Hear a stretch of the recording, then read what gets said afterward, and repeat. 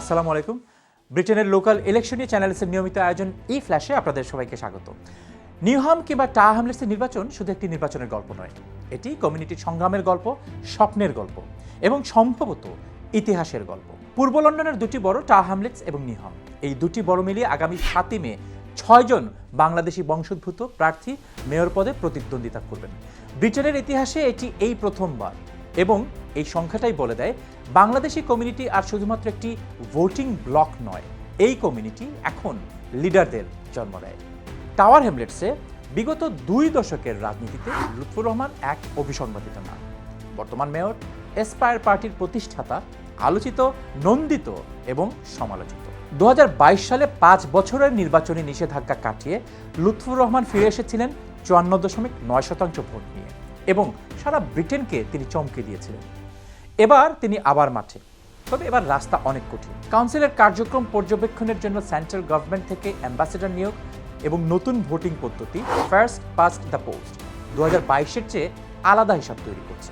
তবে free school মিল, free school uniform, মহিলাদের জন্য ফ্রি সুইমিং, সোশ্যাল হাউজিংয়ের প্রায়োরিটি সহ জনপ্রিয় কিছু কাজের কারণে সমর্থকদের ধারণা তিনি মানুষের হৃদয় জিতেছেন। লেবার পার্টির পক্ষে লড়ছেন সিরাজুল ইসলাম, 25 বছরের অভিজ্ঞ কাউন্সিলর, সাবেক ডেপুটি মেয়র। স্থিতিশীলতা এবং সুশাসনের বার্তা নিয়ে তিনি মেয়র পদে প্রতিদ্বন্দ্বিতা করছেন। বলেছেন টাওয়ার হ্যামলেটসের মানুষ পরিবর্তন চায় এবং সেই পরিবর্তন আনতে পারে শুধু লেবার। গ্রিন পার্টির প্রার্থী হীরা খান জলবায়ু ও সামাজিক ন্যায় বিচারের প্ল্যাটফর্মে লড়ছেন। টাওয়ার হ্যামলেটসের ইন্ডিপেন্ডেন্সের জামি আলী, আইনজীবী থেকে রাজনীতিতে, তরুণ প্রজন্মের কণ্ঠস্বর হওয়ার প্রেরণায় এবারের নির্বাচনে তিনি। কনজারভেটিভের ডমিনিক নোলান স্থানীয় বাসিন্দাদের প্রশ্নগুলো নিয়ে মাঠে আছেন রিফর্ম পার্টির জন বোলার্ড, লিবডেমের মোহাম্মদ আব্দুল হান্নান সহ মোট 9 জন মেয়র প্রার্থী। প্রত্যেক মেয়র প্রার্থীর একটি স্বপ্ন, টাওয়ার হ্যামলেটসের টাউন হলের মেয়র ভবনের চাবি।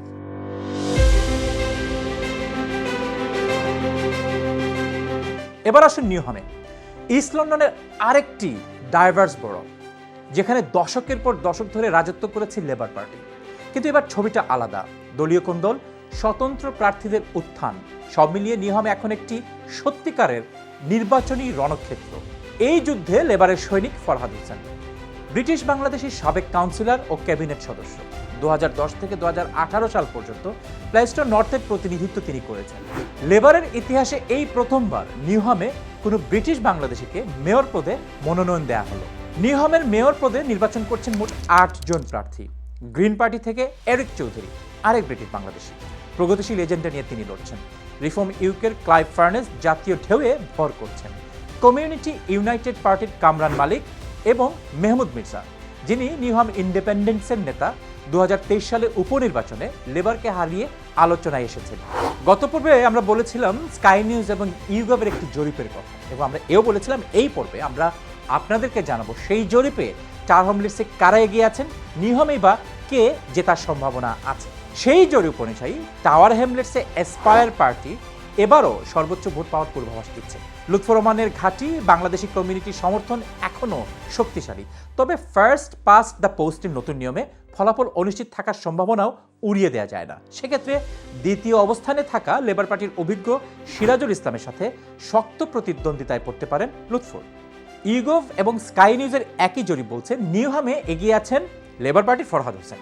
তবে তার ঠিক পেছনেই নিঃশ্বাস ফেলছেন আরেক ব্রিটিশ বাংলাদেশি গ্রিন পার্টির এরিক চৌধুরী। জরিপে তৃতীয় অবস্থানে মেহমুদ মির্জা যে নির্বাচনে চমক দেখাতে সক্ষম, গত বাই ইলেকশনে তিনি প্রমাণ করেছেন। 7 মে রাতে যখন ভোটের বাক্স খুলবে, সেই মুহূর্তটি হতে পারে আমাদের জন্য নতুন ইতিহাস রচনার। জরিপ যদি বাস্তব হয়, তবে এই ব্রিটেনের ইতিহাসে প্রথমবারের মতো 2 জন এক্সিকিউটিভ মেয়র পদে বিজয়ী হতে চলেছেন 2 জন ব্রিটিশ বাংলাদেশি। সিলেটের মাটি থেকে লন্ডনের টাউন হল, এই যাত্রা কতটা দীর্ঘ, কতটা কঠিন, তা কেবল তারাই জানেন যারা এই পথ পাড়ি দিয়েছেন। 7 মে সেই যাত্রায় একটি নতুন অধ্যায় লেখার অপেক্ষায় পুরো কমিউনিটি। নতুন ইতিহাস রচনার এই মাহেন্দ্রক্ষণে আমরা থাকব আপনাদের সাথে ই ফ্ল্যাশে, লোকাল ইলেকশনের বিশ্লেষণ এবং আপডেট নিয়ে। সঙ্গেই থাকবেন।